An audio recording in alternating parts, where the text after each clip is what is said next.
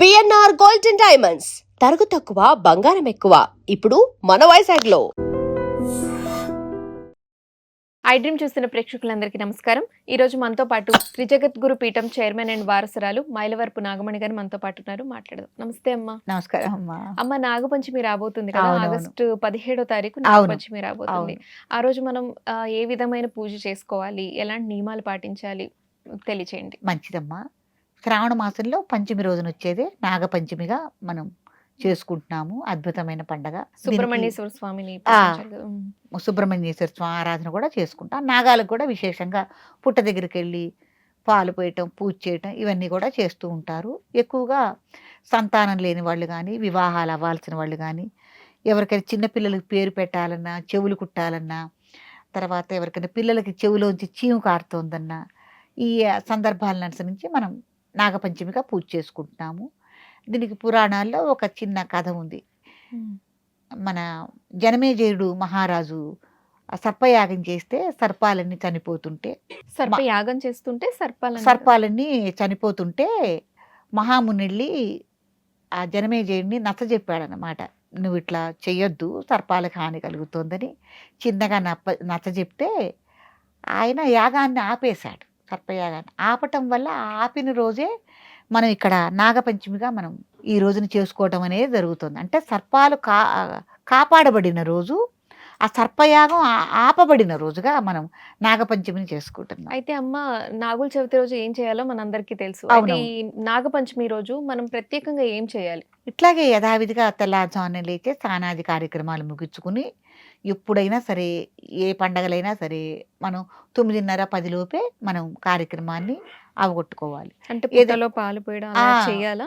అట్లా పుట్ట దగ్గరికి వెళ్ళి పాలు పోయటము, నాగారాధన చేయటము, లేకపోతే ఏదైనా శివాలయాలకు వెళ్ళి మీ గోత్రనామాలతో అభిషేకం చేయించుకోవటము, ఎవరన్నా కుజదోషం, కాలసర్పదోషం ఉన్న వాళ్ళు కానీ, లేకపోతే సంతానం లేదు అనుకున్న వాళ్ళు ఈ రోజు పూజ చేయించుకోవాలి. వెళ్ళి ఇవాళ కూడా నియమనిష్టలతో ఉపవాసం ఉండి ఏకభుక్తం ఉండి కార్యక్రమం అయ్యేదాకా ఉండి ఇంట్లో కానీ గుళ్ళో కానీ ఆరాధన చేసుకుని స్వామివారికి నైవేద్యాలు అవి సమర్పించుకుని అప్పుడు భోజనం చేసి రాత్రికి ఉపవాసం ఉండి తక్క చాపేసుకుని నేల మీద పడుకుని ఈ కార్యక్రమాన్ని మనం చేసుకోవచ్చు. అమ్మ, మీ పీఠంలో మీరు 2000 నాగప్రతిష్ఠలు చేయించారు కదా, వాళ్ళు ఏ కారణాలతో నాగప్రతిష్ఠ, అసలు ఏ కారణాలు ఉంటే మనం నాగప్రతిష్ఠ చేయించాలి, మీ దగ్గరికి మీరు చేయించారు, వాళ్ళు ఏ కారణాలతో చేయించారు అనేది చెప్పండి. చాలా మంచిది. మా పీఠంలో అంటే త్రిజగద్గురు పీఠంలో 2018 నుంచి ఇప్పటిదాకా 2000 విగ్రహాలు నాగప్రతిష్ఠలు చేయటం జరిగింది నా చేతుల మీదుగా. వివిధ రాష్ట్రాల నుంచి, అన్ని ఊళ్ళ నుంచి భక్తులు రావటం, చేసుకోవటం జరుగుతోంది. ముఖ్యంగా వీళ్ళు ఏంటంటే కుజదోషం, కాలసర్పదోషం, మాతృకా దోషాలు, పితృకా దోషాలు, సంతానలేమి, అనారోగ్య సమస్యలు, గృహవాస్తు సమస్యలు, విదేశయానం, ఉన్నత చదువులు, ఉన్నత ఉద్యోగాలు, ఆ తర్వాత రాజకీయ సమస్యలు, అట్లాగే కోర్టు లావాదేవీలు, కుటుంబ సభ్యుల మధ్య సఖ్యత లేకపోయినా, భార్యాభర్తల మధ్య సఖ్యత లేకపోయినా, ఇట్లా రకరకాల సమస్యల గురించి వాళ్ళ జ్యోతిష్య పండితులు కానీ, లేకపోతే ఎవరైనా పెద్దవాళ్ళు కానీ నాగప్రతిష్ఠ చేసుకోండి, మీకు ఇది నివారణ మార్గం అని చెప్తారు. అంటే నీ నాగప్రతిష్ఠ వల్ల ఫలితాలు ఎలా ఉంటాయమ్మా, ఏ విధంగా ఉంటాయి? అదే వాళ్ళు చెప్తారు. వాళ్ళు చెప్తే మన గనక కాంట్రాక్ట్లోకి వస్తే సర్ప ప్రతిష్ఠ వాళ్ళ చేత చేయించడం జరుగుతుంది. ఫలితాలంటే అమ్మ, హైయెస్ట్ 22 సంవత్సరాలు పెళ్ళైన వచ్చిన వాళ్ళు కూడా సంతానం లేక మన దగ్గరకు వచ్చి నాగప్రతిష్ఠ కార్యక్రమం చేసుకోవటం వల్ల 13 నెలలకే కమల పిల్లలు పుట్టిన వాళ్ళు ఉన్నారు. 2000 విగ్రహాల్లో సహం విగ్రహాలు సంతానానివి. ఎక్కువ సంతానం లేని వాళ్ళు ఈ నాగప్రతిష్ఠ చేసుకుంటారు. అయితే హైయెస్ట్ 22 సంవత్సరాలు, ఇక 9 ఏళ్ళు, 7 ఏళ్ళు, 5 ఏళ్ళు, 10 ఏళ్ళు, 11 ఏళ్ళు పెళ్ళైన వాళ్ళు సంతానం లేక 22 సంవత్సరాల తర్వాత కనడం అనేది చాలా అద్భుతం కదా. 13 నెలలకి 13 నెలలకి. తర్వాత ఇంకోటి ఏంటంటే, మన సంతాన విషయంలో డాక్టర్ల దగ్గరికి కూడా మనం వైద్యం పరంగా కూడా వెళుతూ ఉంటాం. వెళ్ళినప్పుడు అక్కడ వైద్య పరంగా కూడా మనం సక్సెస్ అవ్వాలి, ఆ వైద్య పరీక్షల్లో గానీ సంతాన సాఫల్యం అలా అయినా మనం పొందాలి అనుకున్న వాళ్ళు సక్సెస్ అవ్వని వాళ్ళు ఉంటారు కదా. 20 సంవత్సరాలు, 22 సంవత్సరాలు దీని తర్వాత కూడా సక్సెస్ అవ్వడం అనేది ఆ దేవుడి అనుగ్రహమే అనుకోవాలి. అలా వైద్యపరంగా వెళ్ళిన వాళ్ళు కూడా విసికి వేసారి మన పీఠానికి వచ్చి సర్పప్రతిష్ఠ చేసుకుని సంతానం అందిన వాళ్ళు ఉన్నారు. అట్టాగే అసలు డాక్టర్ దంపతులే వచ్చి నాగప్రతిష్ఠ చేసుకుని సంతానం పొందిన వాళ్ళు కూడా ఉన్నారు. నేనేంటానంటే వైద్యపరంగా కూడా వెళ్ళాలి సంతాన విషయంలో. అక్కడ మనకు సక్సెస్ కావట్లేదు కావడం కాబట్టి కోసం దేవుడి ఇక్కడికొచ్చి అనుగ్రహం కావాలి ఆ! మనకి. ఇక్కడికొచ్చి ఒక నాగప్రతిష్ఠ కార్యక్రమం చేసుకొని వెడితే దైవానుగ్రహం కూడా కలుగుతుంది. డాక్టర్ల యొక్క వైద్య సదుపాయం మనం వైద్యంతో పాటు పొందాలంటే సుబ్రహ్మణ్యేశ్వర స్వామి అనుగ్రహం, నాగేంద్రుడి అనుగ్రహం కూడా పొంది ఆ వైద్య పరీక్షలో కూడా మీరు సక్సెస్ అవుతారు. అలా కూడా మనం సంతానం అందటానికి ఈ అనుగ్రహం కావాలి.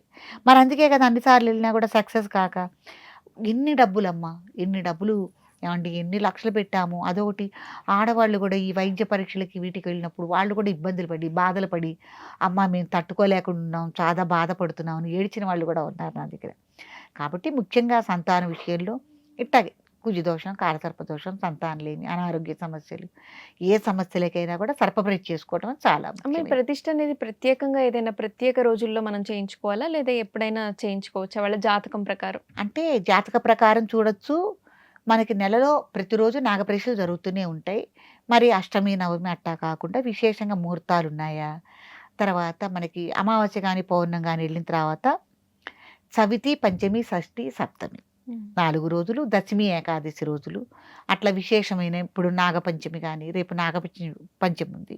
ఆ రోజున కూడా ప్రతిష్ఠలు ఉన్నాయి. అంటే మిమ్మల్ని కాంటాక్ట్ అయ్యి మీరు ఆ! పూజ చేసి ఎట్లా చేస్తారమ్మా అది? ఎట్లా? ఫోన్‌లో కాంట్రాక్ట్‌లోకి ఆ! వస్తారు. అంటే వస్తే ముందు ఈ నాగ ప్రతిష్టకి ఏమైనా పూజ చేయిస్తారా ఆ! మీరు ముందు? ఆ! వాళ్ళ ఫోన్‌లో కాంట్రాక్ట్‌లోకి వస్తే మేము రాదలుచుకున్నామమ్మా, ప్రతిష్ఠ చేయదలుచుకున్నాం అని అంటే హ్మ్. అప్పుడు మనం వాళ్ళకి పలానా టైము, పలానా రోజున మీరు ఈ టైంకి మీరు రావాలి అని అంటాము. వాళ్ళ టైంకొస్తారు. ఏంటంటే విగ్రహము, పూజా ద్రవ్యాలు ఆ అన్నీ రోజులో వాళ్ళు అయిపోతుందమ్మా? ఒక 3 రోజులో గంటలు గట్టిగా 3 గంటల 3 కార్యక్రమం 3 పడుతుంది. గంటల కార్యక్రమం. హోమం గూడా. హ్మ్. వ్యక్తిగత సంకల్పం, మహాసంకల్పం చెప్పటం, హోమం చేయటం, యథావిధి కార్యక్రమం అంతా ఉంటుంది. కాబట్టి వాళ్ళు ఏ సమస్య కోసం వస్తున్నారు నాగప్రతిష్ఠని కూడా అడుగుతాం. వస్తే వాళ్ళకి తగ్గ సంకల్పం చెప్పడం జరుగుతుంది. చక్కగా మంచి బ్రాహ్మలుంటారు. వాళ్ళు కార్యక్రమం అంతా కొనసాగిస్తారు. హోమం చేయటం, శివుడికి రుద్రాభిషేకం, కలశారాధన, నవనాగుల ఆరాధన, మండపారాధన, మరేమో నవగ్రహ పూజ, గణపతి పూజ, అట్లాగే ఈ విగ్రహానికి జలాదివాసం, క్షీరాదివాసం, అధివాస కార్యక్రమాలు, సూర్య నమస్కారాలు, హోమము అన్నీ యథావిధి కార్యక్రమం చేయించి నాగప్రతిష్ఠ కార్యక్రమం చేయించడం జరుగుతుంది. రిజల్ట్స్ కూడా అంతే బాగున్నాయమ్మా. 2018లో నేను నాగప్రతిష్ఠ మొదలుపెట్టినప్పుడు నాకు ఇవన్నీ ఏమీ తెలియవు. భక్తులు అడుగుతున్నారు, మనం చేస్తున్నాం. దైవం యొక్క సంకల్పం కూడా చెయ్యమని ఆజ్ఞ. అయితే ఒక 3 ఏళ్ళు గడిచిన తర్వాత వీళ్ళందరూ పిల్లల్ని ఎత్తుకుని తర్వాత అన్నప్రాసనలకి, మళ్ళీ పుట్టెంటుకలకి, చెవులు కుట్టడానికి మళ్ళీ మళ్ళీ వాళ్ళు పీఠానికి రావటం.